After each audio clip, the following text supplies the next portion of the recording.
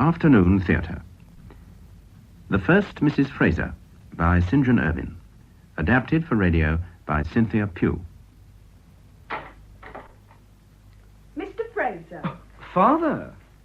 Would you like some tea, sir? Well, would you, Father? No, thanks. No tea for me. Thank you, sir. Well, I'm glad to see you, Ninian. Is your mother in? No, Father. She's out somewhere. How are you? Out? Where? Just out. She goes out quite a lot. Much more than she did when you and she... Yes. Well, will she be long, do you think? I hope not. She's generally into tea. Is there anything wrong, Father? Wrong? No. Why? You look fussed. And then coming here like this. Why shouldn't I come here? Your mother and I are good friends now. Yes, I know you sometimes see each other, but I didn't know you dropped into tea like this. How's your wife? Eh? Oh, fine. Won't you sit down? Ah, thanks. Well, I hope your mother won't keep us waiting. Been down from Oxford long? No, not long. This is your last year, isn't it? Yes. Have you settled yet what you're going to do with yourself? Read for the bar. Oh, so you're going in for the law, are you? No, Father, literature. Many authors begin by failing at the bar, and I thought I might as well follow the usual custom. You've a frivolous mind, Ninian, you always had. Well, I owe a great deal to you. 4:20. Dear. I don't wish to pry into your private affairs, but does your wife know you come to see Mother? Certainly. Why not? Like this, dropping into tea. She doesn't know I'm here at this minute, if that's what you mean, but she knows that I see your mother. Doesn't she mind? Mind? No, why should she? Well, you used to be married to Mother, now you're married to her. That seems to me to make a difference. Oh. I'm interested to hear that you always tell your wife when you come to see Mother. You used not to tell Mother when you went to see her. It occurs to me, Ninian, that you're trying to be funny while I'm not amused. That's what Queen Victoria said. Is it? Well, I dare say she had good cause for it. I've come here to consult your mother. Consult her? Look here, you're not going to upset her, are you? Of course not. Because I can't allow that. You see, you're only my divorced father. All right, my boy, all right. I know how fond of her you are. You haven't much liking for me. There's no need to alarm yourself. I simply want her advice. But doesn't your wife... Don't keep on calling her my wife. Call her Elsie.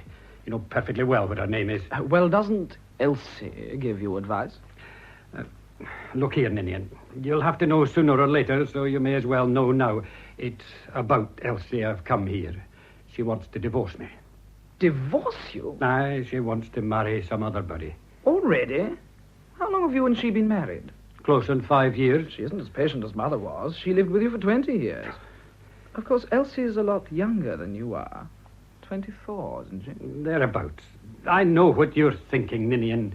No fool like an old one, but my mind's young, isn't it? I'm sorry, Father, but I can't work myself up into a state about you. Who's asking you to? All I want you to do is clear out when your mother comes in. Oh, is that her, do you think? Yes, someone's with her. Oh, blast. Sounds like Philip Logan.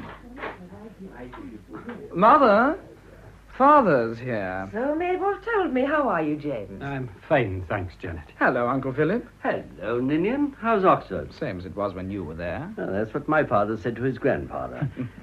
James, how are you? Fine, thanks. I'll tell Mabel to bring in the tea. Philip's going into the country to catch fish. Yes, I shall just have time to swallow a mouthful of tea, and then I really must be off. Oh, well, then, as you're in a hurry, we won't try to detain you. Let's have tea at once, Janet. Huh? Why, James, you talk as if you were at home. Oh, I beg your pardon. Father wants to consult you, Mother. Oh? Well, I hope there's nothing wrong. I want to talk to you, Janet, to ask your advice. What James really wants is for me to clear out. Oh, nonsense, Philip. Don't you, James? Well, I won't pretend that you're the one person in the world, Philip, that I want to see at this moment. I'd be glad if you went. Don't be so uncouth, James. No, Janet, he wants to talk to you privately. And naturally, he doesn't want to have me listening. Well, he was glad enough to have you listening when he wanted the divorce. I sometimes think that if it hadn't been for you, he would never have got it. Well, I'm not so very grateful for his assistance. Oh, James, how nice of you to say that. It makes you sound like the prodigal son. About the time when he had eaten of the husks that the swine do eat. There's no need to be offensive, Ninian. In any case, I ought to be running along, Janet. I've just got time to catch my train in comfort. Well, remember to send me some of the fish you catch. Of course. Goodbye, Ninian, my boy. Goodbye, Uncle, and good fishing. Thanks. Goodbye, James. Oh, goodbye. I'll come and see you out, Philip. Oh, splendid. I'll tell ring Mr. off Chairman. as soon as I get. Oh, thank you. Yes, I can't stand that fellow. Why the devil do you call him uncle? He's no relation. Because I like him. Well, you have peculiar taste, then. And I prefer him as an uncle rather than a parent. What do you mean, parent? I have a feeling that if I call him uncle loudly and often, I shall be spared the disagreeableness of calling him father. Good heavens. You don't mean to say your mother thinks of marrying him? He thinks of marrying her. I doubt if he thinks of anything else, except fishing. But she can't marry him. Why not? Well, I mean, she's... Oh, of course, I know she has a perfect right to marry anybody she likes. But you can't understand her wanting to. Not Philip, anyway. Do you know why I don't want her to marry him? No. Because I find a fatherless home very pleasant to live in. I've had one father, and I don't want another, thank you. You pup, you. Well, James, what can I do for you? Father's in another mess, Mother. Mess. Now, James, what have you been doing? It's not me this time, it's Elsie. Oh, she's in a mess, is she? How very sad. She wants a divorce. Already? That's what I said. Look here, Ninian, can't you clear out? Oh, come, Father, this affects me. It doesn't do a chap much good to have a father who's continually hopping in and out of the divorce court. I'm entitled to know what fresh trouble you're bringing upon me. Ninian, dear, please be quiet. All right, Mother, I'll be good. Now, tell me, James, all that's happened. She wants to marry that fellow, Lord Lon. The Marquis of Ballymena's son? Yes. Oh, but he's a half-wit. Huh? You overestimate his intelligence. Elsie fancies herself as a peeress. And do the Ballymenas fancy her as one? I should think they'd fancy anyone who fancied Lon. He's daft about her. He's 28 and he has some money of his own, so they can't stop him from marrying her when she's free. She says if I'll let her divorce me and will pay her adequate alimony, she'll be able to overrule his family. So this is the end of the romance. Now, what are you going to do, James? I want your advice, Janet. That's very flattering of you, but I can't advise you. You must decide this matter for yourself. I don't want a divorce. Oh, I see. You may remember that I didn't want a divorce either, but I had to have one. You must take a broad view of the matter, Father. I think you once told Mother that it was a crime to keep a couple in bondage when one of them wished to be free. If I have any more provocation from you, Ninian, I shall forget that I'm your father. But you did that some time ago. Oh. I really don't see how I can advise you, James. If she's set her heart on a divorce, I suppose you'll just have to let her have one. But I tell you, I don't want to be divorced. Well, divorce her, then. She doesn't want to be a respondent. Awkward, isn't it? She says it's my duty to let her divorce me. Duty? Does she talk about her duty now? No, she talks about mine. It's my duty to let her divorce me because she's young and a woman and I'm old and a man. I suppose she appealed to your honor as a gentleman. Aye, she mentioned it. Strange how women, when they want to do something mean to men, begin by appealing to their honor as gentlemen. Does he always talk like this, Janet? Ninian's a very clever little boy from Oxford, but he'll grow out of it, won't you, darling? I'll try, Mother. James, do you still care for Elsie? Yes, I do. Well, all I can advise you to do is to tell her that she can't be a marchioness. I've said all that can be said on the subject, but she's very determined. Well, why doesn't she elope with Lon? That seems the only solution of her problem. Well, the Ballymenas are very pious people. They could make a lot of difficulty for her if she was not perfectly respectable. I see. That's what she says, and she hopes that I'll behave like A perfect little gentleman. What cads some women are. They want to lead a rackety life and remain perfectly respectable. And some poor noodle has to provide them with respectability by making himself look like a blackguard. Meaning me, I suppose, when you say noodle. Meaning you, Father. You haven't much respect for me, Ninian. No, I'm afraid I haven't. As a successful businessman, you're no doubt it. But as a parent, you're a washout. Can't think why Mother married you. I can. I won't be talked to like that by my own son. Now, look here, Father. It's not a bit of good trying to come the outraged parent over me. The only way in which you can get my respect is by earning it. Please, Ninian, please. I'm only trying to make my feelings plain, Mother. Oh, I haven't any doubt about your feelings for me, Ninian. In a way, I can understand them and I respect you for them, but I think I'm entitled to some thanks from you. I worked for you. And Mother helped you when you needed help, didn't she? Yes, she did. I admit that. Nobly and loyally she helped me. Thank you, James. But when you had made your position with her help, and you were a very rich and important man, you chucked her for a wretched little flapper that hadn't the brains to do anything but spend the money Mother had helped you to make. Pretty, isn't it? Janet, speak to him. Well, it's true, isn't it, James? Anyway, I was generous to you and Murdo. I sent you both to expensive schools and gave you a college education. Yes, you robbed me of my good Scots accent and gave me a common English public school one in its place. Oh. When I go back to Scotland, people think I'm English. I suppose it has never occurred to you, Father, that Murdo and I suffered a good deal at school while you were prancing through the divorce court. Suffered? Yes, suffered. Boys used to come and read spicy bits out of the Sunday papers to us, out loud, so that all the other boys could hear. Murdo had to fight a fellow who made a dirty joke about you. Do you think that was fun for us, Father? Ninian, dear, this really is a matter for your father and myself to discuss, so please go away and amuse yourself for a bit. All right, Mother. So long as Father doesn't leave the house thinking I admire him. Children do complicate things, don't they, James? No, I'm not blaming him. Well, you better say whatever you've got to say now. Tea'll be in presently, and then he'll come back, though I can't imagine what you expect me to say. Well, I really came for comfort, Janet. You're a very comfortable woman. I felt I had to tell you about it. Is Elsie in town? Yes, she's going down to the Falders' place in Hertfordshire tomorrow. There's to be a big charity ball at St. Albans. The Falders are taking their party. And aren't you going? Oh, I wasn't asked. What? The Falders are the sort of people who invite husbands without wives and wives without husbands. Oh. Terribly smart, damn them. Anybody would think they got a commission on divorce cases. Philip's going to Hertfordshire, somewhere near St. Albans. Janet, I don't think I like you being seen about with him so much. Oh, nonsense, James. Philip is my oldest friend. Well, I don't like him. He's too fond of you. Somebody must be fond of me. But tell me, why are you so anxious not to be divorced? I mean, do you want to keep Elsie, or are you objecting to being a respondent again? Of course, I don't want a divorce at all, but I don't want to be the respondent a second time. I see. Another suit with me in the wrong would do me a lot of harm. I know for a fact that I was taken off the honours list through the first one. Oh, James, should I have been a lady if I hadn't divorced you? Aye, I was to have had a baronetcy.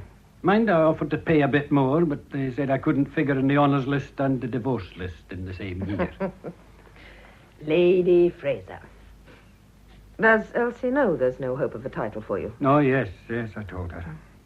Oh, Lady Lon sounds better than Lady Fraser. And then, James, the prospect of being the Marchioness of Ballymena. Aye, that tells with Elsie.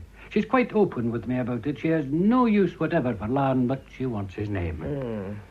Listen, Janet, a second divorce would finish me with some very important people. If I let Elsie divorce me, I shall look like a libertine, divorced twice in 6 years. And people that are ready to overlook the first won't overlook the second. And if I divorce her, I'll look a bit ridiculous. An old man unable to hold his young wife. I'm in a fix. Now, listen, James, I want to understand this situation clearly. Would it upset you very much if you lost Elsie? No, I don't think so. After all, young women, well, sometimes they seem a bit foolish. Always want to be on the move. Well, then, tell Elsie that you won't let her divorce you, but you're quite willing to divorce her. Can you depend upon Lon to run away with her? Well, I don't know. I wouldn't wonder if he remembered the traditions of his rotten family just as he was getting into the boat train at Victoria. Well, I don't believe that Elsie will go on with the business when she realizes that you won't let her divorce you. Oh, thank you, Mabel. You'll have some tea, James? I'd rather have a whiskey and some water, if I may. Will you bring the whiskey, Mabel, please, and some water? And tell Mr. Ninian tea's ready. He's in his room. Yes, all right, madam. I wish you could have a talk with Elsie. I? Talk to Elsie? Aye, she'd listen to you. She has great respect for you, Janet. Has she? Well, she told me so. The rest of the remark wasn't complimentary to me. The whiskey, sir. Ah, thank you.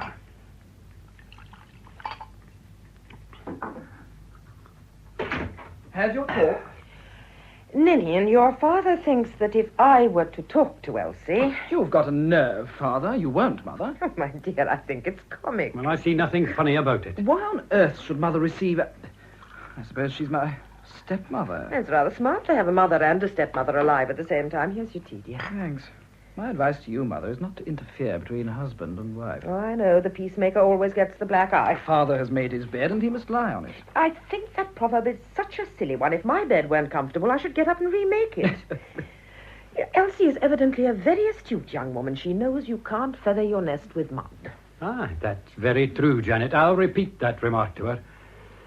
Aye, well, if you'll excuse me now, I'll just run along. I'm very grateful to you, Janet. Won't you have another whiskey? No, thanks. No, I must be off. Oh, well, it's been very nice to see you, James. You haven't been here for a long time. You must come again soon. I will when Ninian isn't here. Goodbye, Ninian. Goodbye, Father.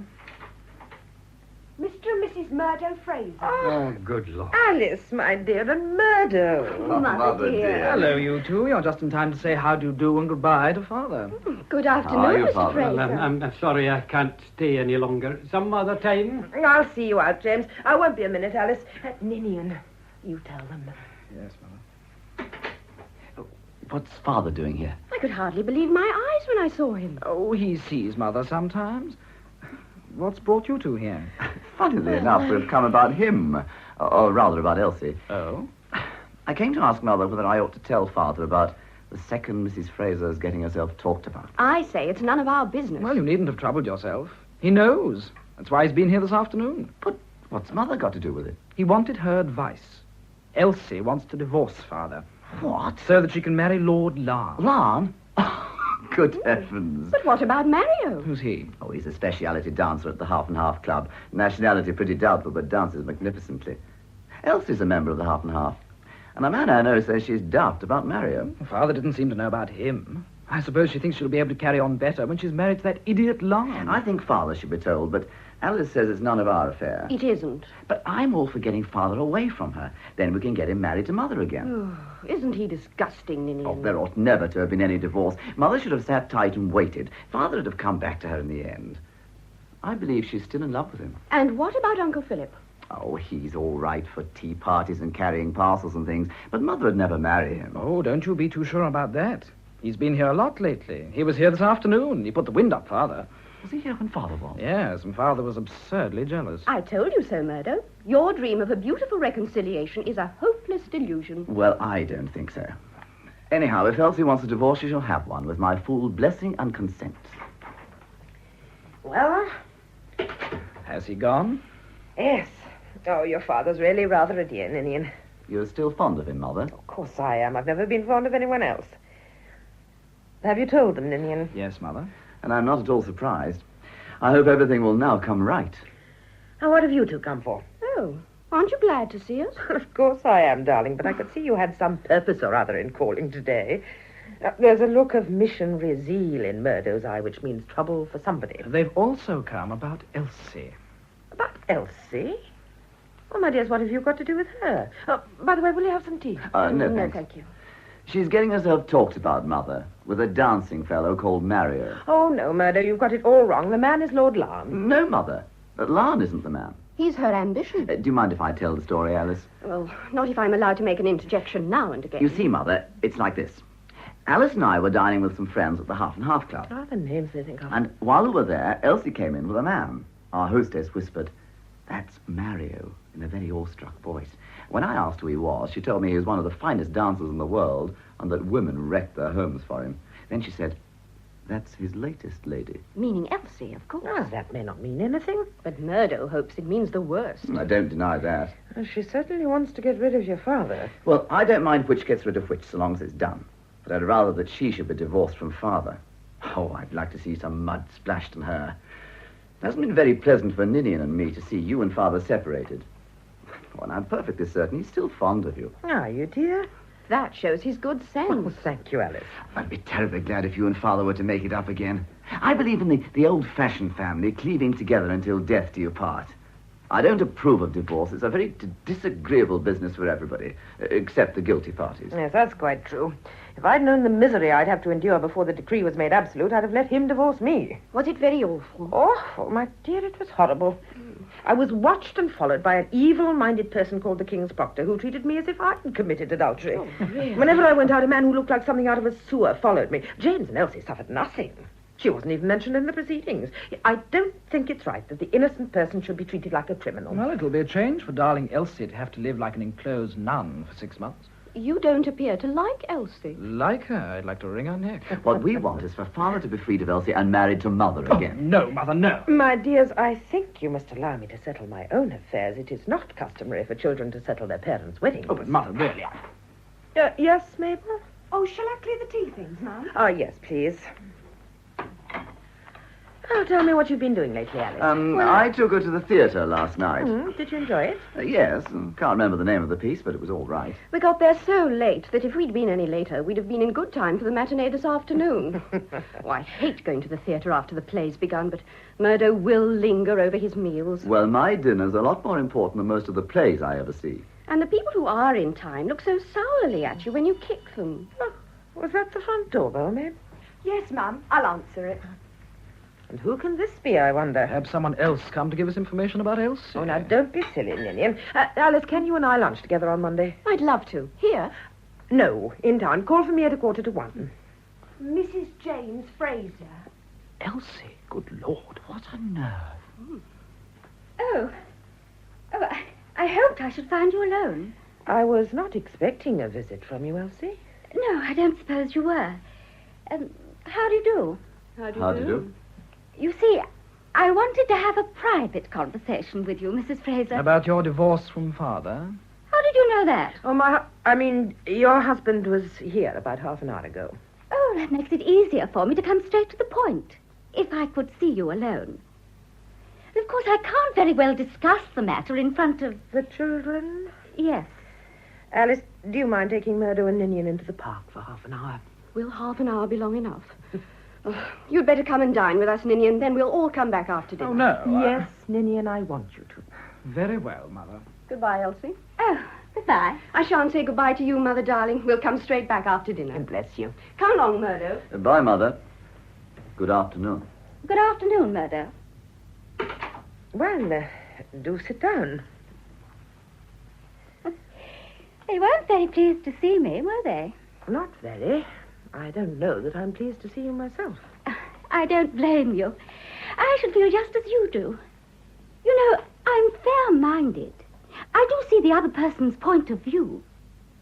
Of course, I know it is very odd for one wife to call on the other wife, but people don't feel about these things now as they did in your young days, do they? No, not quite the same. What I really came for was to talk to you about James. Yes? He's not happy. No? No. No, he's not happy at all. I have to confess that I failed to make him happy. Of course I've tried. Heavens, how I've tried. But it's all been useless. The difference in our ages is too great. There is exactly the same difference between your ages now that there was when you married. Yes, but I didn't realize it then. And you're quite certain that you're not making James happy? Oh, quite. The truth is, Mrs. Fraser, he still loves you. Me? I've known it for quite a while now. I'm too young and inexperienced for him, and I can feel him comparing me with you, to my disadvantage. You aren't so very young.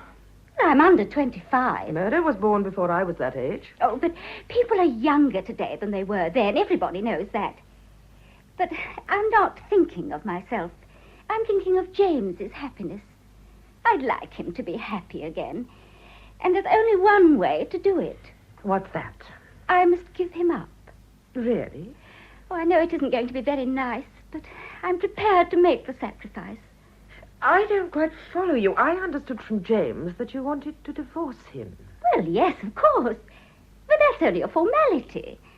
It doesn't matter so much for a man as it does for a woman. And a woman has to think of her reputation sometimes. Now, listen, Mrs. Fraser. I've thought of an idea. Have you? As I said, I realized that James loves you, not me. Now, wouldn't it be wrong of me to keep you two apart? I've always said that it's a crime to make a couple who don't love each other live together. Tell me about your good idea. Oh, I'm glad you're interested in it. Why shouldn't James return to his old love? You mean me? Yes. Won't you take him back? Aren't you being impertinent? Oh, please don't be angry with me. I know I expressed myself badly, but I'm trying to do the best for everybody. I don't seem able somehow to enter into James's ways. He loves to tell Scotch jokes, and I can't understand them, apart from seeing anything funny in them. Now, you probably have an instinct for that sort of thing.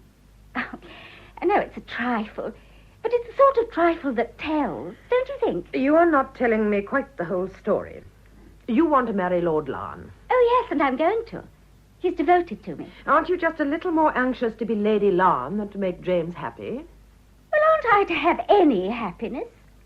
You don't expect me to live alone after I've divorced James. You're not going to divorce James. But I assure you I am. You are not going to divorce him. He has been divorced once and he does not wish to be divorced again. Well, how frightfully selfish of him. When I've spent hours and hours thinking of a way to make him happy. When he came here this afternoon, he told me that he prefers that you and he should continue to live together. That's impossible. We can't. Why? I've told you. I don't make him happy. Besides, he's too old for me. That's the real reason? Yes. Do you love Lord Lon? Don't be silly. Well, of course I do. I shouldn't be willing to marry him if I weren't. Would you marry him if he were plain Mr. Lon? Certainly. I have my faults, but I'm not a snob. Titles don't cut much ice nowadays. It's what a man is that matters. And what is Lord Lon? Oh, he's a very good sort. He dances divinely and never fusses when he sees me dancing with other people. Or does James fuss when you dance with other people? I should think he does. He can't dance, but he will. I dance very well, so naturally I want to dance with people who can dance beautifully. Dancing with James is like going round with an elephant. I needn't tell you that I dislike you. I can't see why. I've always liked you. Ask James. He'll tell you how much I admire you. I've often told him you were far too good for him. Are you too good for him, or is he too good for you? I don't like you when you talk like that. That's being smart, and you're not smart. No, honestly, I like you. Oh, that's very nice of you, considering that I can't bear you. All that talk about James's happiness, I don't believe a word of it. You want to marry Lord Lon, and you only want to marry him because someday he'll be the Marquis of Ballymena. Why should James put himself into an ignominious position just to enable you to marry a lord? Well, I like that. After all, he owes me something. Owes you what? I was 19 when I married him, and he was 50. I've given him 5 years of my youth. Isn't that something to give an old man? He isn't an old man. Oh, not compared with you, but he is compared with me. He can't do the things I do. You should have thought of that when you married him. Oh, how could I? I was 19 and very poor, and he was rich. I couldn't think of anything else. No. I consider I've given him all that he's entitled to. 5 years of any girl's life are enough for a man of his age. I can't tell you how much I despise you. You think I'm cheap. Yes, I do. Well, it's frank anyhow. But I can't see it. I want to get all I can out of life. That isn't wrong, is it? I'm young, aren't I? Stop talking about your youth. Everybody's mad about the young as if there'd never been any young before. Well, there haven't been any like us before. We're a new sort of young. The best thing you can do is to elope with Lord Lon. Then James will divorce you and Lon will have to marry you. No, I won't do that. I've a right to ask James to let me divorce him. He won't do it. Won't he? He'll be glad to do it before I've finished with him. I've a nasty little nature when I'm roused. I don't doubt that. Oh, look here. He'll do it if you ask him to. Do you expect me to? Yes. Why not? There is only one thing that would make me willing to help you to a divorce. The thought that James would be rid of you. Well, why don't you do it for that reason, then? Oh, no, my girl. If you want a divorce, you must get it the way he got his. Go to some hotel with your fancy man. How dare you suggest such a thing? You and all your generation, you're greedy and mean and horribly cruel. You don't care whose feelings are hurt so long as you get your fun. You know nothing, you are nothing, and presently there'll be nothing left of you but a bitter memory. You come here and lie to me about your wish for James's happiness. Lie? Yes, lie. You think of nothing and no one but yourself and your own happiness. You've taken all you can get out of him, and now you want to take all you can get out of someone who has a little more to offer. But you aren't going to give anything. Oh, no. You'll go on taking and taking until there's nothing left to take. Of course. If you're going to insult me... Insult you? Is that possible? Have you anything else to say? Yes. If I can separate James from you, I will. But don't imagine that I shall try to make life easier for you. I won't. I hope it will be hard.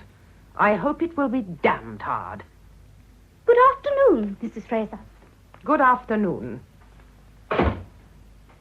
I hope it'll be damned hard.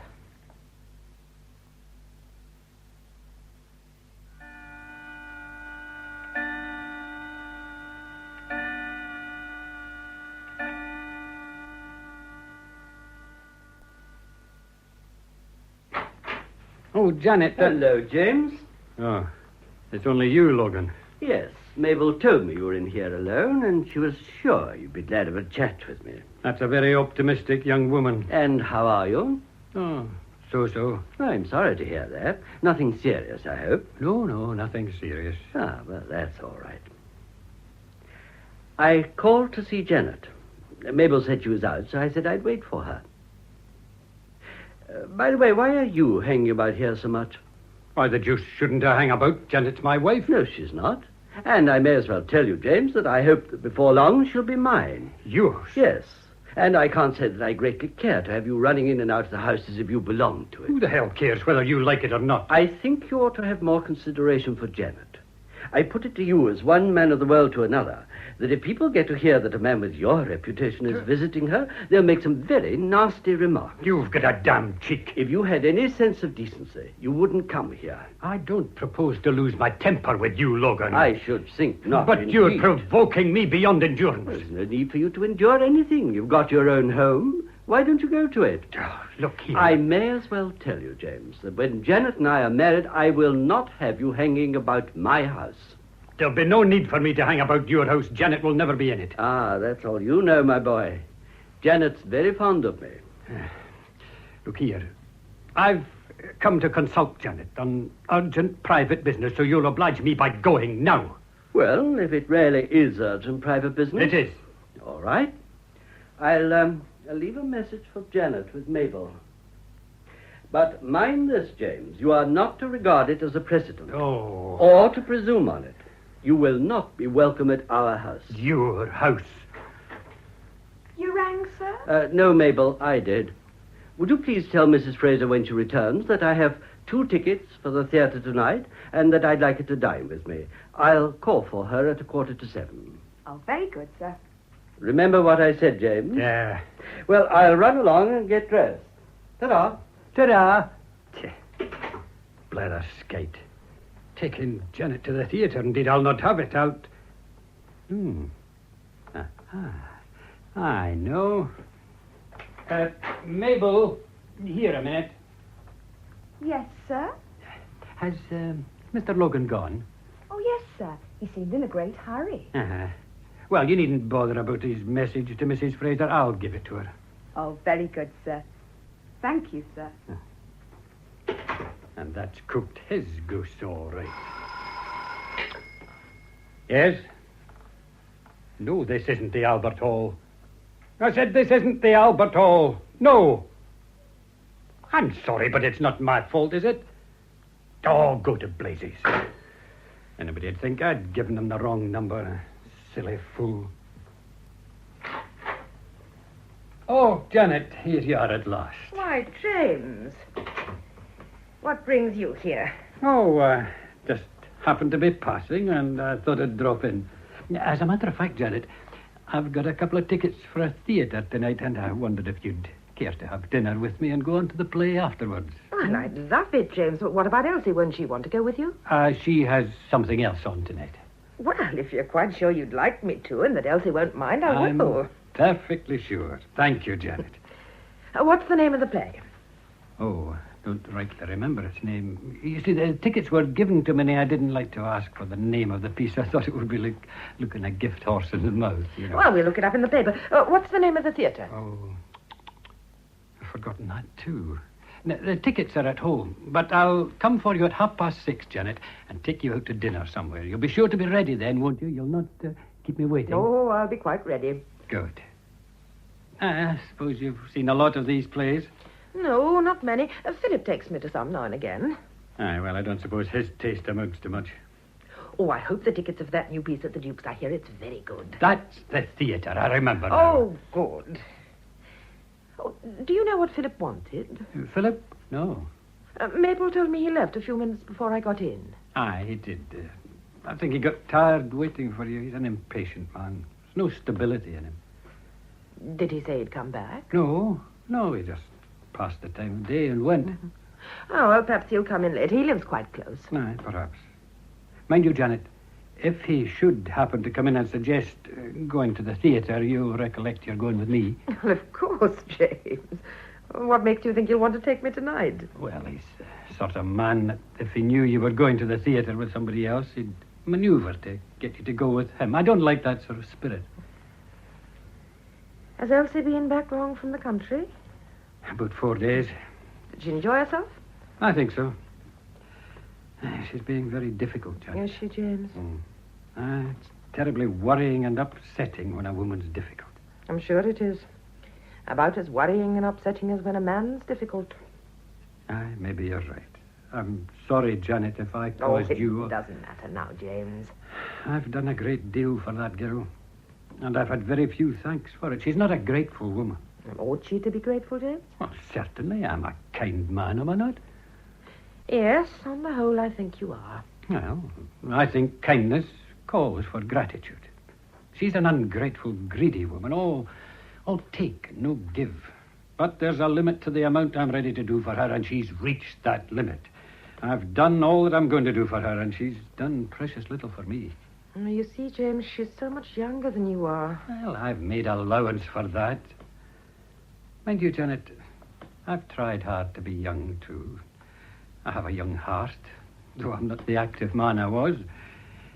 You wouldn't believe the way I've made myself look ridiculous, learning the dances she's daft about. I wish you'd let me see you dance, James. Now you're making fun of me, Janet, and I'm terribly unhappy. Oh, but James, you must have known it couldn't go on. I did, in a kind of a way. But I wanted to make it go on as long as possible. I've always had a great love of youth, Janet. I'd go to dances with Elsie and force myself to do all the things that the young men were doing until I began to imagine that I was as young as they were.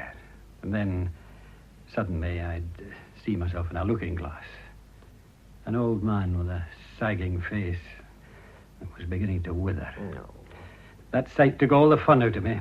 No, there's no equality, Janet, between the old and the young. And how can there be equality between us? We start by taking care of them and finish with them taking care of us. They're down when we're up, and they're up when we're down. There can't be any equality there. Oh, I should have thought there could be kindness. You didn't ask Elsie for kindness. You asked her for love. Do you feel any ill will against me, Janet? Sometimes. I don't wonder at that. But I've a good deal of affection for you, James. Oh, I'm glad of that. I often think how queer it is that people dislike growing old when they love old things everywhere else. Oh, I suppose a young face is very attractive and pretty, but I think that an old face with all the marks of life on it is more beautiful still. I like the wrinkles round an old man's eyes and the deep lines down his face and the quietness of his ways. The calm look he has. Oh, there's some compensation in age, James, if you only knew it. Aye, maybe. Well, now, you must run along home if you're to change and get back here in time. Aye, all right. I'll be back here at 6:30. Now, where shall we dine? Somewhere very expensive. I'd like you to take me to some place where you can't really afford to go. Oh, but I suppose you're so wealthy that there isn't such a place in the world. Doesn't it sound dreadful? Well, I'll ring up all the restaurants in London and ask them which charges the most. Bye-bye for the present, Janet. Don't bother to see me out. Oh, and you won't be late, will you? I won't. I promise. Bye-bye, James. Bye-bye. Oh, poor James. Yes? Oh, hello, Philip. No, he's just gone this very minute. No, Mabel didn't give me any message. Oh, yes, I am going to the theatre tonight. No, not with you, with him. Philip, you really must not use that dreadful language. Oh, my dear, I didn't know. Yes, of course. Well, come in and explain it all. Now, yes. Goodbye. Hello, Mother. Oh, hello, Ninian, dear. Your father's just gone. I know. I met him in the hall. What did he want? Oh, just a talk. Elsie's behaving badly to him and making life very difficult. That doesn't surprise me. Detestable person. I met her young man this afternoon. Lord Lon? Yes. You know, he reminds me of one of those things you find underneath stones. I said something about Elsie to him. Ninian, you didn't. I did, you know. What did you say? Something rather spiteful, I'm afraid. He was looking so smug and self-satisfied, I had to. Oh, darling, you are naughty. You shouldn't have said anything. Don't worry, Lamb. He's far too stupid to remember it for more than a minute at the outside. Anybody else been besides Father? Yes, your Uncle Philip. He's coming in now for a few minutes. Oh, that reminds me, Ninian. I'm dining out with your father tonight. We're going to a theatre afterwards. With Father? Yes. Not a word, Ninian. I know all that you're going to say, and I agree with the whole of it, but I'm going to dine with your father, so there. But why, Mother? Well, it's a long time since I had a night out with him, and I'd just like to refresh my memory. But haven't you any pride? No, dear, none. I'm a poor, spiritless female waiting for a man to take notice of me. Aren't I a contemptible creature? Darling. All right, my dear. I know you really love me in spite of my weak womanly nature. Mr. Logan. Janet. Hello, Ninian. Good evening, Uncle Philip. I brought you these carnations, Janet. I'm not sure that you ought to have them. I'll take them all the same. Oh, how lovely. Oh, aren't they, Ninian? Beautiful. How long have you been back, Uncle Philip? I got back last night. Your father's just played a dirty trick on me, Ninian. Oh? Yes, I came here this afternoon to ask your mother to dine with me and go to a theatre. She wasn't in, but your father was. And I was fool enough to let him hear me leaving a message for your mother with Mabel. And he turned it into a message from himself. That's how James made his fortune, Philip. Oh, but you're not going with him, Janet. Indeed I am. It isn't every evening a woman gets a chance of going out with her former husband. I'll go with you another night. He ought to have his head punched. If you're going out, Mother, I shan't dine at home tonight. All right, dear. Will you tell Mabel? I will. So long, Uncle Philip. Oh, so long, my boy, so long. I'll thank you, Philip, for these nice flowers. I'll wear them tonight. Yes, do. And tell James I gave them to you. There'll be a sort of skeleton at the feast. It's a pity you don't like James better. Well, how can I? I like you better. And I like him less than ever now after the shabby trick he's played me. Now, don't be peevish. It doesn't become you at all. Here's a magazine. Will you just sit down quietly with that while I look through these letters? All right. Thanks, Janet. Oh, concert tickets for the 29th. Good. What are they playing? Sibelius, Bach, and Cesar. Oh, lovely. Well, my engagement. Hello. Hmm? So that's who he is. That's who is. Look, in the magazine here. This bloke, Mario, the dancer. Look, I thought I recognized his face, but I couldn't place him. Do you mind telling me what you're talking about? Well, it's rather funny. Oh, perhaps it isn't. It all depends on your point of view. Well, go on, Philip. Well, I thought I saw James's second the other night. Elsie? Yes. Well, go on. This chap Mario, I'm certain of him now, turned up last week at that fishing inn where I was staying, about midnight. With a lady. Yes? I'd been out fishing pretty late. There was good water, and I thought the fish would rise, but damn me, the rise they didn't. Now, leave out the technical details, Philip, and get on with the human interest. Yes, but it's a bit thick when a chap goes off fishing in the dark and comes home with nothing. Yes, but do go on. So I went to the bar, stood myself a good stiff glass of grog, and just as I was saying, "Here's to you, Philip," this couple came in. Mm-hmm. She was all muffled up, and the minute she saw me, she looked away, but she was the dead spit of James's second. Heavens.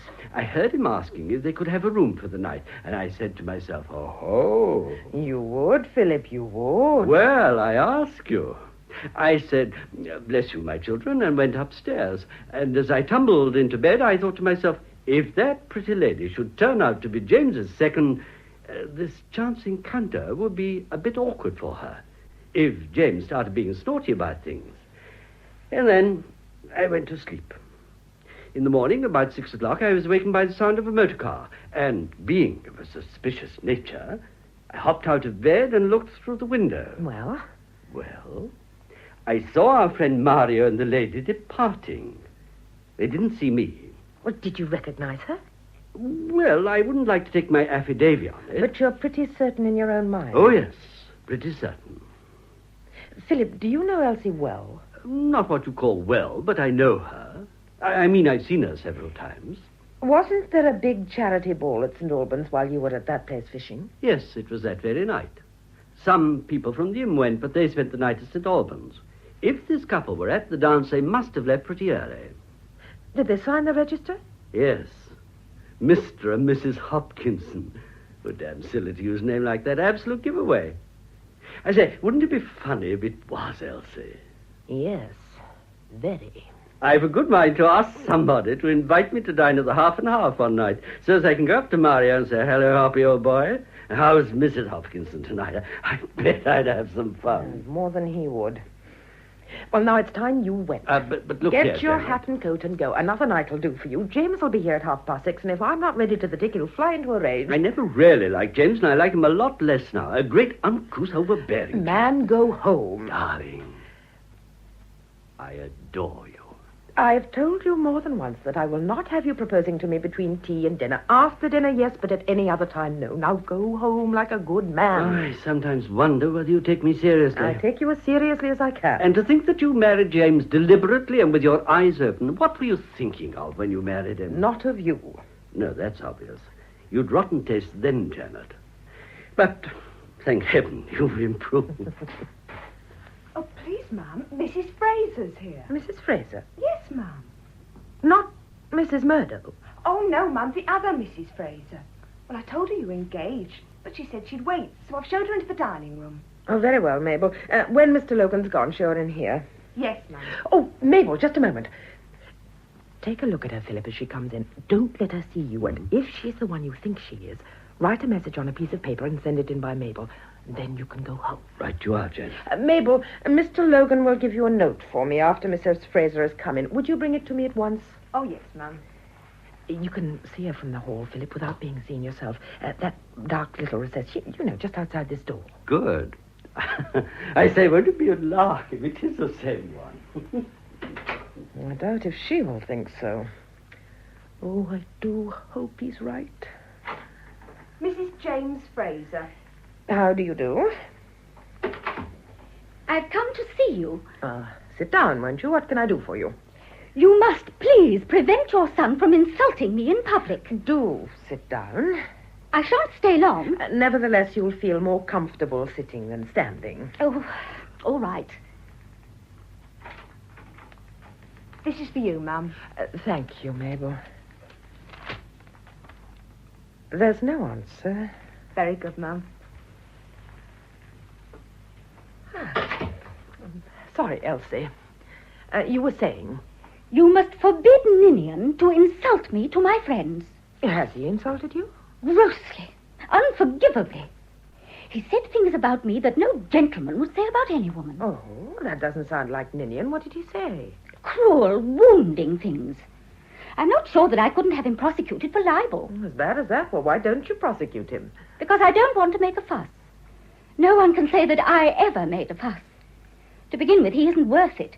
And in the second place, I don't believe in washing dirty linen in public. Oh, then the linen is dirty.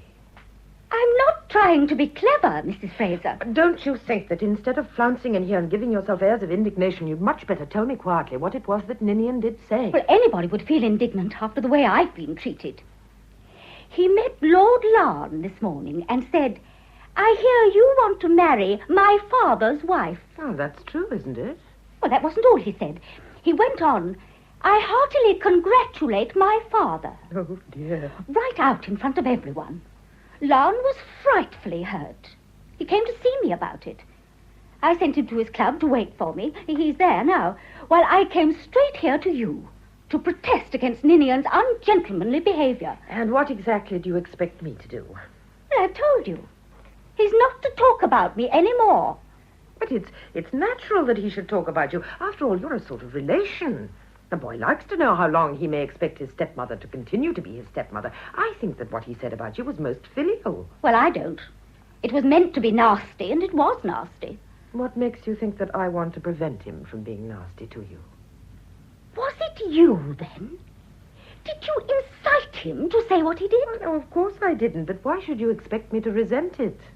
Well, surely you want people to regard him as a gentleman. Ninian is a gentleman. Get rid of that stupid notion that gentlemen always talk about women in a chivalrous manner. They don't. Well, of course. If you're going to encourage him... I shall neither encourage nor discourage him, and sit down. I don't think there's much point in my staying any longer. Come back here and sit down. Well, just for a minute or two. May I smoke? Certainly. Pretty cigarette case, isn't it? Very pretty. James gave it to me. I expect he gives you many presents. Yes, I will say that for him. He's pretty generous.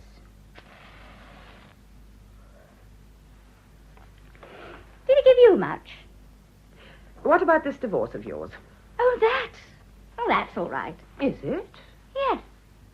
I expect James will do what I want. Well, why should he? No, don't tell me it's only what a gentleman would do. Well, it is the only thing to do, isn't it? Anyhow, it's always done. I think I can wear James down. I'm a very determined woman, Mrs. Fraser. I always get what I want. Always? Yes. Because if I absolutely can't get what I want, I stop wanting it. You're very interesting, Elsie. I think you're the most detestable woman I know, but you are interesting. Thank you for nothing. Just because I'm able to take care of myself and don't let people play the fool with me.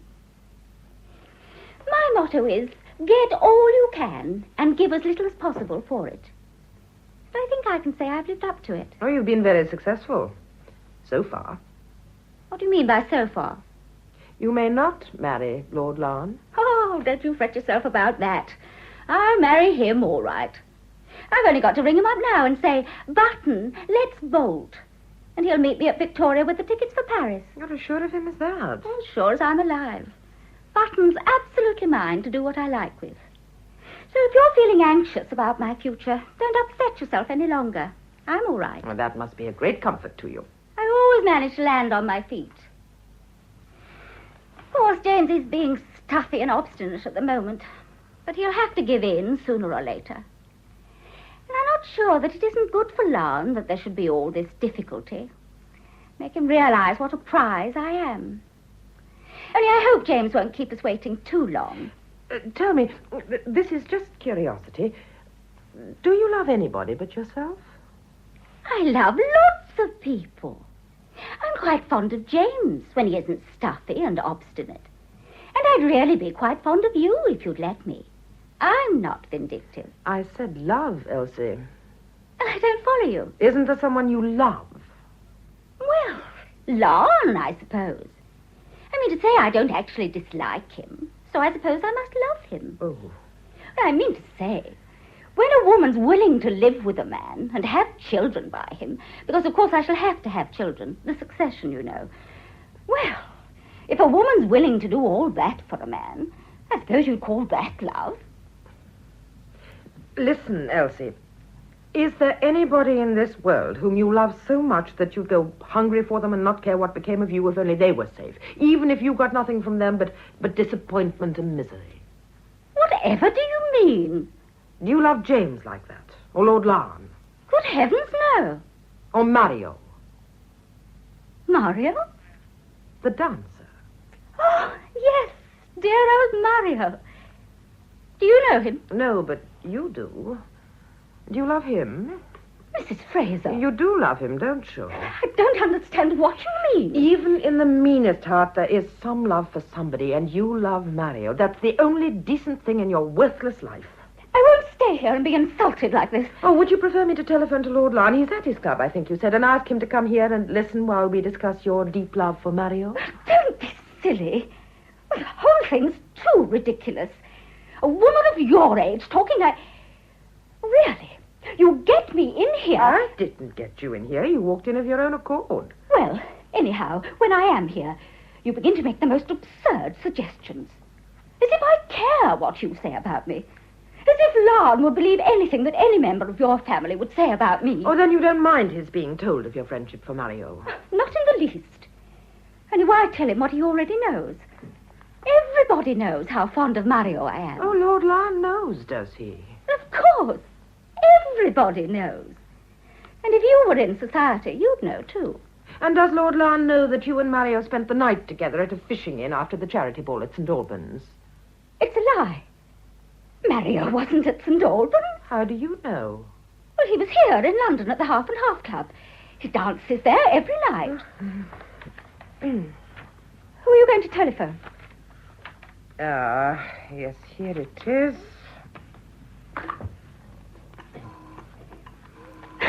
You're just wasting your time.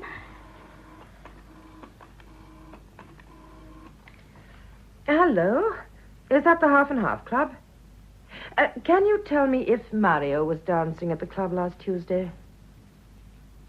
He was. What did I tell you? Was he dancing there all the evening? Well, a friend and I are having a little argument. He wasn't. Oh, I see. He left the Half and Half early and motored to St. Albans for the charity ball. Thank you so much. Well, Elsie? I didn't know he was at St. Albans. I didn't see him. You're in love with him, aren't you? No. You are in love with him. Now, shall I tell you what happened at the charity ball? You were staying with the Folders. You went to the ball with their party. Mario motored down from London and met you there. You danced with him and one or two other people, I suppose, just so that you should be seen, and then you and Mario disappeared. The Folders never ask questions after dances. You both stopped at the fishing inn. Mario signed the register, Mr. and Mrs. Hopkinson. Oh. The next morning at 6 o'clock, you and Mario left by car, and I presume he drove you to the Folders' house and said he'd brought you from St. Albans. There isn't a word of truth in it. I shall go straight to my lawyers. Oh, why not go straight to Lon? You want to ruin me because you hate me. It wasn't my fault, was it, that James liked me better than you? What is Lord Lon's club? Find out. Oh, very well. I shall ring up his father, Lord Ballymena, and ask him. No. There's no need to bring other people into it. Very well. If you're prepared to be sensible and discuss the subject intelligently, all right. Of course, I don't admit anything you said. I feel so shocked I hardly know what I'm saying or doing. You must admit that it's a most serious charge. I do. It's a terrible charge. You've not only committed adultery so far as James is concerned, but you've, so to speak, committed it in the eyes of Lord Lon. Oh, you mustn't say that. Now listen, Elsie, you know you love Mario. That's why you want to marry Lon. That poor noodle can be more easily deceived than James can. You'll have Lon for his title and you'll have Mario for your lover. No. No. Yes. Now come, Elsie, you do love Mario, don't you? Yes. I love him. And does he love you? No. I'm only one of a crowd. I can almost pity you now. Well, that's that. What are you going to do? That depends a great deal on you. How? On me? If you're sensible, I shall do nothing. If you're not sensible, I shall tell Lord Ballymena and his son everything. You see, Elsie, there's no doubt about it. You were seen to arrive at the inn and you were seen to leave. Were you spying on me? Oh, no. It was a pure accident. Someone I know happened to be there. Oh, what damnable luck. Anywhere else, any other night. Oh, what do you want me to do? Let James divorce you. But you must. Lord Lon can be the correspondent. You said just now that he'd run off with you if you said the word. Well, now you can say it. He's waiting for you at his club. But I can't. Does he know where you are? No. I just told him to go to his club and wait for me. He never asks any questions. Oh, he'll be a very good husband for you. The Folders will get quite fond of him. Oh. Now ring him up and tell him that James has found out about you and that you've had a terrible quarrel and can't stay in James's house any longer. Say he must take you away this very minute or you'll kill yourself. You know what your sort of woman always says on these occasions. I can't. What's the number of his club? Do you know the telephone number? Yes. Grosvenor 2191. Shall I telephone or will you? I don't want to telephone at all. No, but you've got to. I'll get the club, and then you can speak to him. Oh, ring the bell, will you? Thank you. Oh, is that Grosvenor 2191? Is Lord Lon there? Will you ask him to come to the telephone? Mrs. Fraser wants to speak to him. You rang, Ma? Oh, yes, Mabel. Would you just bring me the ABC, please? Yes, ma'am. You're not going to speak to him, are you? No, you are. But you said Mrs. Fraser wanted to speak to him. Well, you're Mrs. Fraser, aren't you? Oh, yes. I wasn't thinking. Oh, hello. Oh, thank you. Here, take the phone. He's just coming. Here's the ABC, Mum. Oh, thank you, Mabel. That'll be all. Very good, Mum. I'll just look up the continental trains while you're telephoning. Oh, Button, is that you? Yes, it's Elsie. No, darling. No, listen, Button. Listen. I'm in terrible trouble. Yes. Yes. Listen, darling, and don't interrupt. James and I have had a furious row. Yes, about you. All about you. Oh, he was frightfully angry, and he said dreadful things to me. I can't stay here any longer, Button. Yes, I know I'm crying. I can't help it.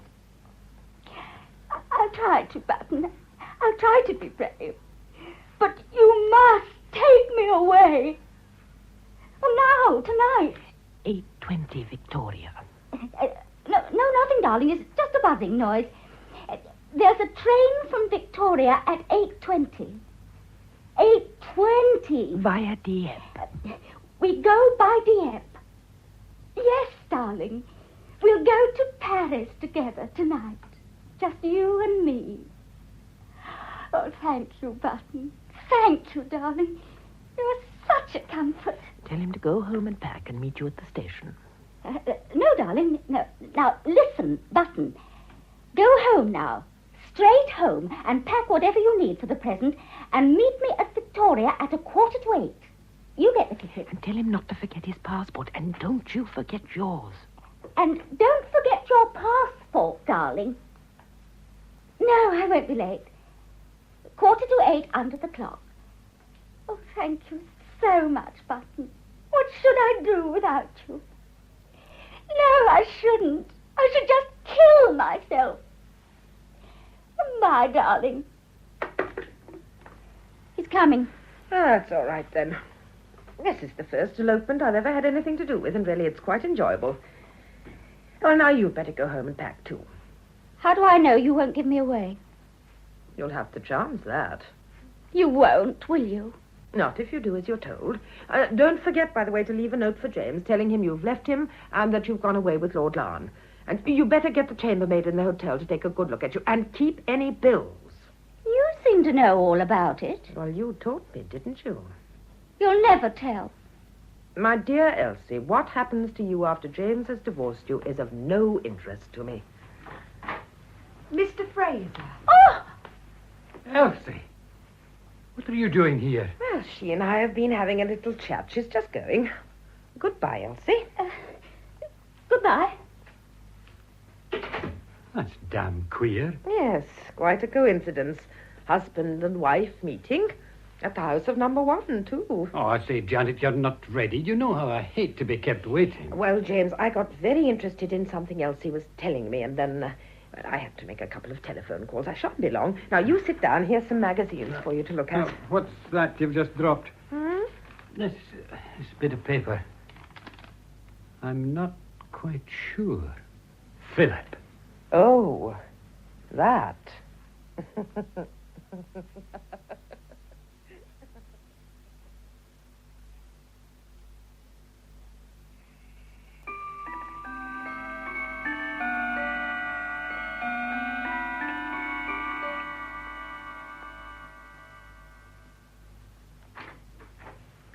Hello, Janet.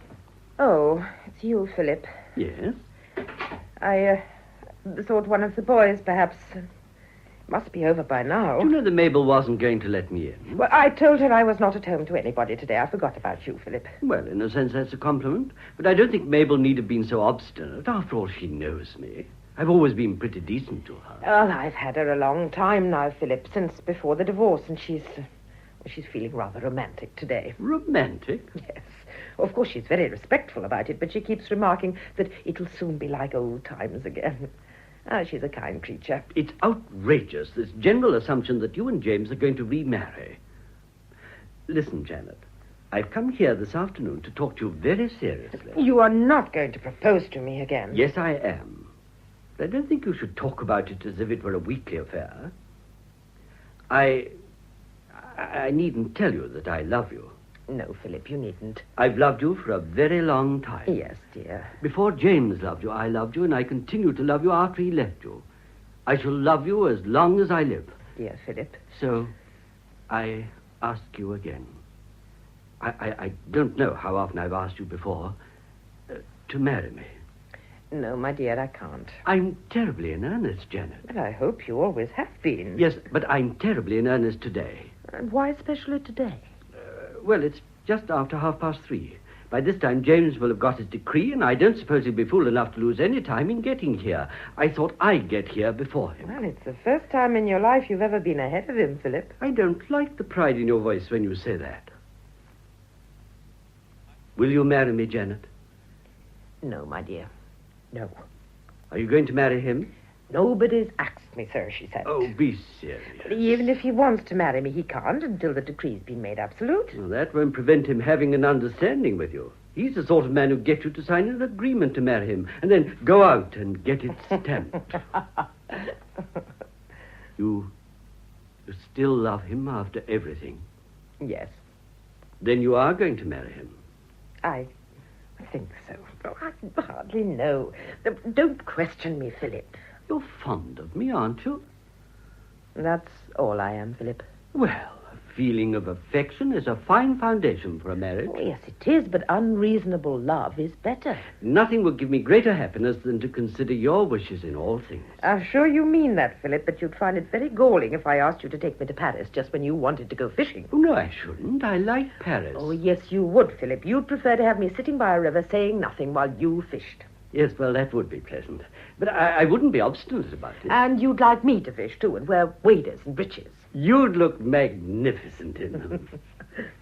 I think it's a good thing for a husband and wife to share each other's tastes. And now, my dear, don't you mean that it's a good thing for a wife to share her husband's tastes? Now, look here, Janet. I'm not asking you to take part in a feminist argument. I'm asking you to marry me. But I hate fish, Philip. They're such wet things. Oh, really? And I'd be bored to death in fishing ends, knitting, while you and the other fishermen told each other frightful lies. Now, I can only imagine myself marrying a fisherman if I was so desperately in love with him that I'd gladly collect worms for My him. God, Janet, I don't use words. Now, you see, we're quarreling already, and that's what fishing would do to us. I'm not so keen on fishing as all that. Oh, yes, you are. No, not another word, Philip. You will continue to be my dear friend, and every Tuesday evening you will take me out to dinner and then to a theatre, and we won't discuss the subject again. I wouldn't mind being chucked by you if I thought that you were going to chuck James, too. Oh, Philip, what a nature. Oh, well, I've had a wasted sort of life. No home, no wife, no anything. Oh, you've got fish. Well, there's not much satisfaction in fish. Have you heard anything of Elsie lately? No, I haven't seen her for months. She's living with Lon, of course. I wonder if it was she who was with that dancer fellow. What was his name? Mario, you remember? The couple I spotted at the fishing inn. Oh, do you know, I'd forgotten all about that. No, it wasn't Elsie. As a matter of fact, she bolted with Lon that very evening. Just after she'd been to see you. Did she, begad? Mother, darling. Darling. Ninian, Alice, dear, is it... It's all over, bar the shouting. Hello, Uncle Philip. Hello, Alice, my dear. Yes, the whole thing went through very satisfactorily. It was one of our nicest divorces. Where's your father, Murdo? Oh, he's coming. There were a few things to settle, so we came on ahead to see that, to see that you and he wouldn't be bothered by anybody. Oh, my dear. That's all right, Murdo. Don't mind me. I've already asked your mother to marry me and been refused. Oh, poor Uncle Philip. Run away home, Philip. Well, I certainly have no wish to be here when the fatted calf is brought in. Goodbye, Alice, my dear. Goodbye, Uncle. Goodbye, Janet. And don't forget I'm dining with you on Tuesday. I shan't forget. Oh, and just tell James that, will you? I'll tell him. I'd like him to know. Goodbye. Dining with him on Tuesday? Yes, Murdo, I generally dine with him then. Yes, but things are different now. Different? Things are exactly as they were before. No, they're not. I mean, Father's free, or will be in 6 months' time. I've been seeing a lot of him lately. He's a much humbler man than he used to be. So I should think. Well, it can't be very uplifting to find yourself not wanted by 2 women. One woman, my dear. I was not at all anxious to be rid of James. Then, Mother, you'll have him back, won't you? My dear, I've not been asked. Oh, you'll be asked, all right. Oh, I can't tell you how delighted I'll be to see you two happy again. Look here, Murdo, you seem to imagine that because you want Father and Mother married again, she must want it too. It's enough for her, I suppose, that your smug respectability is satisfied. Oh, that's not true. And I'm not smug. It is true, and you are smug. Ever since you heard of the divorce between Father and Elsie, you've been rubbing your hands with joy at the thought that Mother would marry him again and make you happy.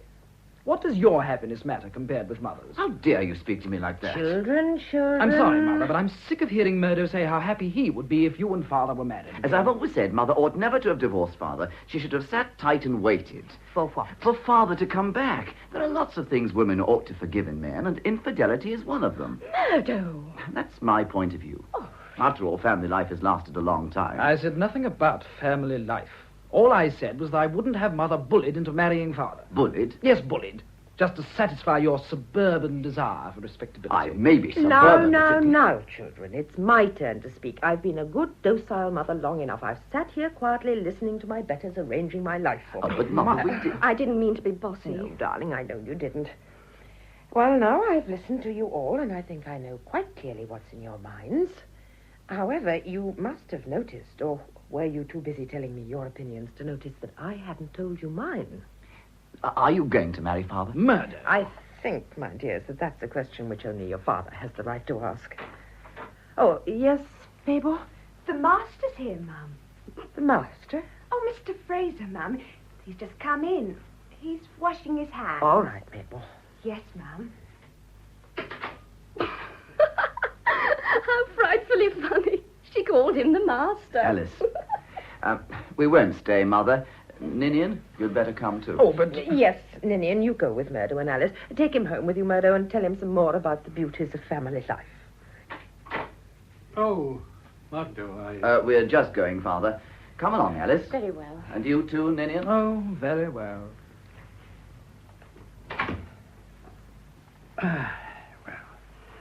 Well, it's all over, Janet. And thank heaven for that. It's been a very wearing business for me. I'm sure it has. There can't be many men who've had to endure what I've put up with. Oh, thank you, Janet, for all you've done for me. Oh, not at all, James. I'm obliged to you, of course, yes. But nobody will ever realize what I've gone through. I do, James. You? Oh. Yes, I was forgetting for the moment. It's a comfort to think there's somebody in the world who can sympathize with me. When I think of what I've suffered for that woman. But there, it's all over and done with. I've been thinking about the future, Janet. Yes, James?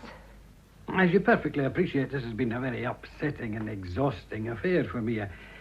I'm not showing all I've felt, but it isn't the people who show their feelings who suffer the most. No. I want to get away from everything and everybody, and I think it would be a good plan for me to take a trip around the world. That'll do me a bit of good, take my mind off things, and of course it'll give people time to forget about the divorce. Yes. Can't bear to think of people talking about me. And I'd rather they got it over and done with while I was out of the country. Don't you think that's a good plan, Janet? Oh, quite, James, quite. It'll be very nice for you. Aye, that's what I thought. Do you know, Janet, when I was sitting in the court today, listening to the lawyers droning marriage away, I said to myself, I haven't really deserved this. I have not deserved it. You'd really think that the breakup of a man's marriage was nothing but a formality. Yes, wouldn't you? However, it's done, and what's done can't be undone. I never was one to cry over spilt milk.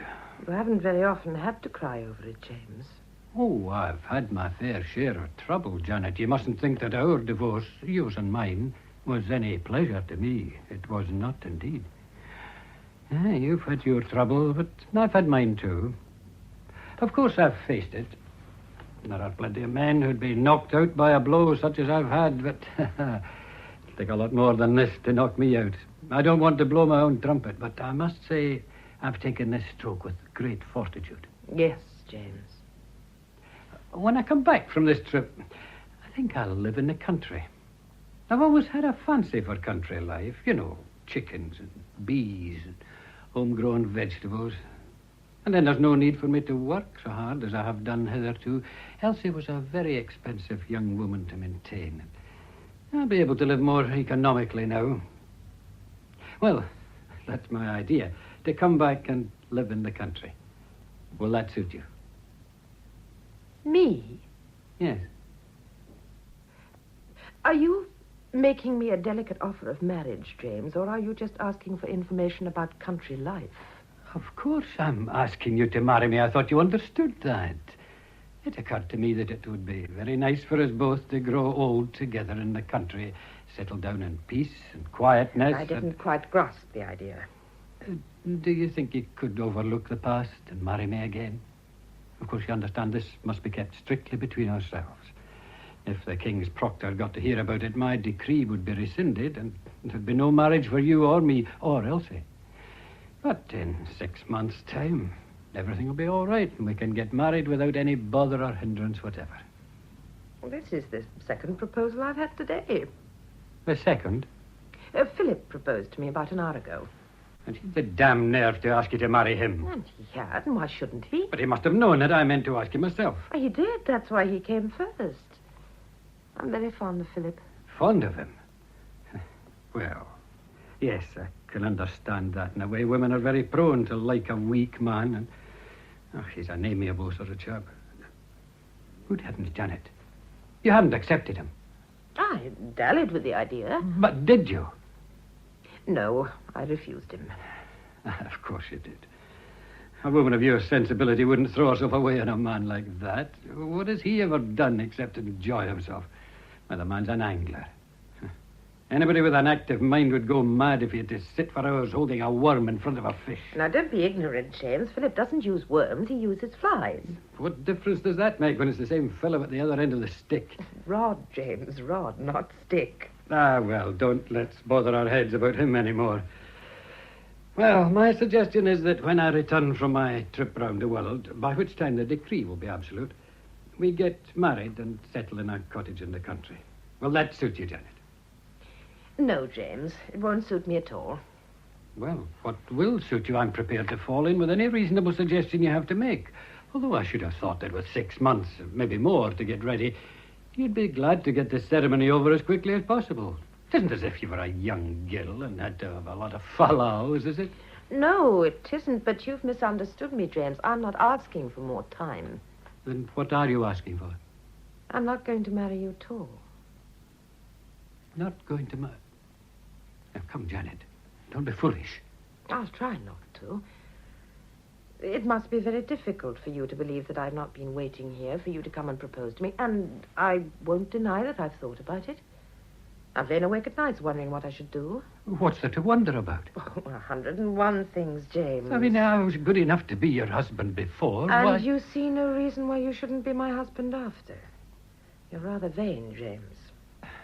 Well, perhaps I am. After all, a man with any stuff in him is always a bit conceited. Will you marry me? No. But why? Because I ran off with Elsie? But suppose I hadn't been divorced and had just gone off with Elsie or some other woman for a while. Would you have taken me back? Probably. Well, then, what's the difference? There is a difference, James. Any man may be unfaithful to his wife and not care a snap of his fingers for the other woman, but you married Elsie. You gave me no peace at all until I'd agreed to divorce you. And even now, if Elsie would come back to you, you'd forgive her. No, I can never forgive her. But you expect me to forgive you. You frightened me when you first came in, James. I was afraid you weren't going to ask me. But I did. Yes, you remembered just in time, didn't you? But it was too late then. While you were talking of your plans and your sufferings, I began to change my mind about marrying you. You didn't say a single word, James, that showed any consideration whatever for me.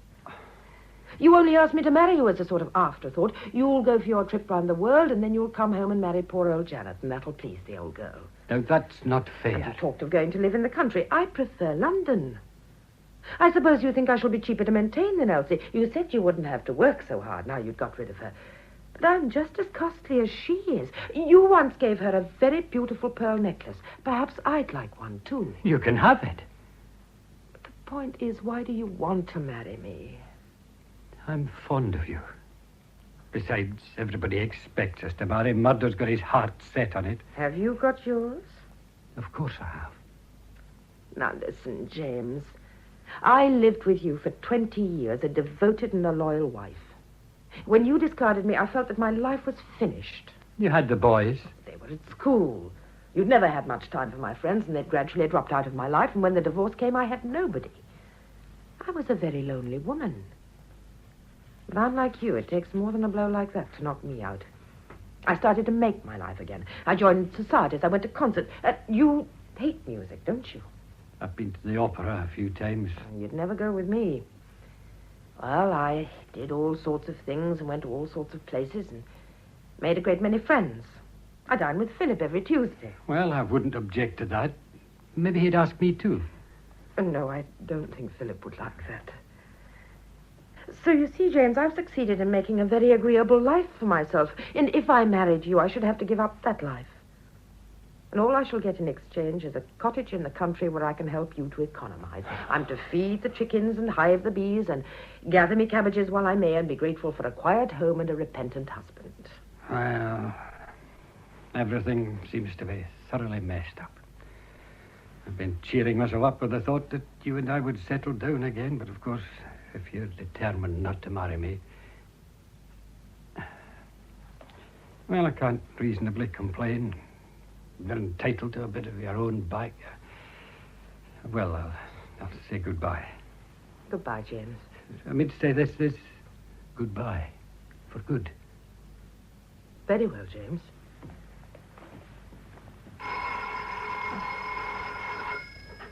Hello? Oh, hello, Philip. No, tell him to go to hell. What? Oh, no, that was James. He says you're to go to hell. Well, no, I shouldn't if I were you. Well, yes, if you want to, but I'm too tired to see anybody. Something for me. Yes, all right, send it along. Goodbye. Well, I'm going. Goodbye, Janet. A pity, of course. A great pity. Oh, did that fellow, Philip, say he was sending you a present or something? Yes. What is it? Oh, I don't know. He said it was a little surprise for me. I'll surprise him one of these days. He's gone. Yes, you've made a very agreeable life for yourself, Janet. You fool.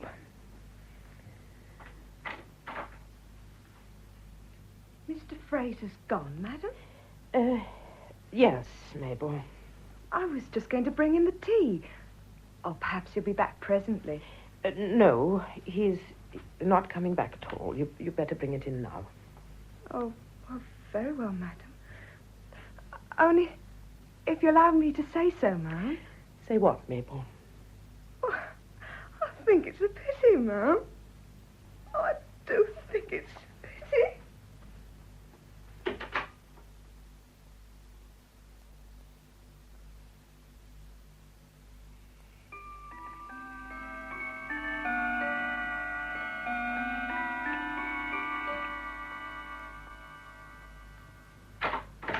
Hello, Mother.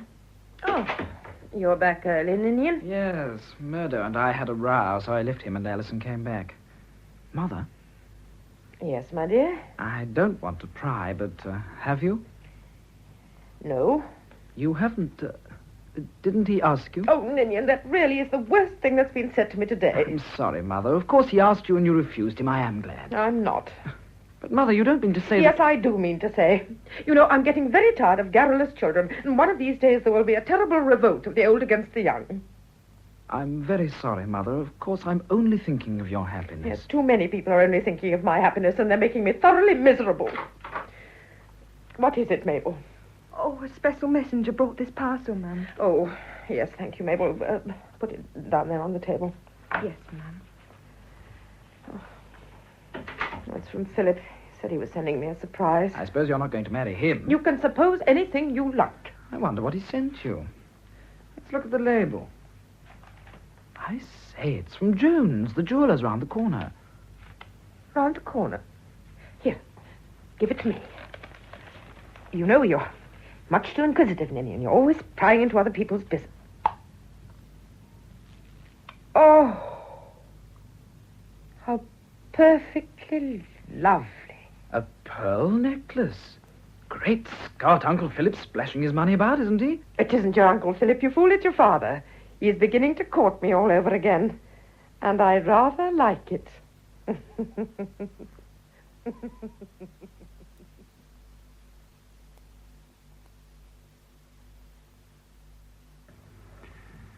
In The First Mrs. Fraser by St. John Ervine, adapted for radio by Cynthia Pugh, the part of Janet Fraser was played by Mary Wimbush, James Fraser by Duncan McIntyre, Elsie by Hilda Schroeder, Ninian, Douglas Hankin, Philip Logan, James Thomason, Murdo, Fraser Carr, Alice, Eva Haddon, and Mabel by Anna North. The play was produced by Martin C. Webster.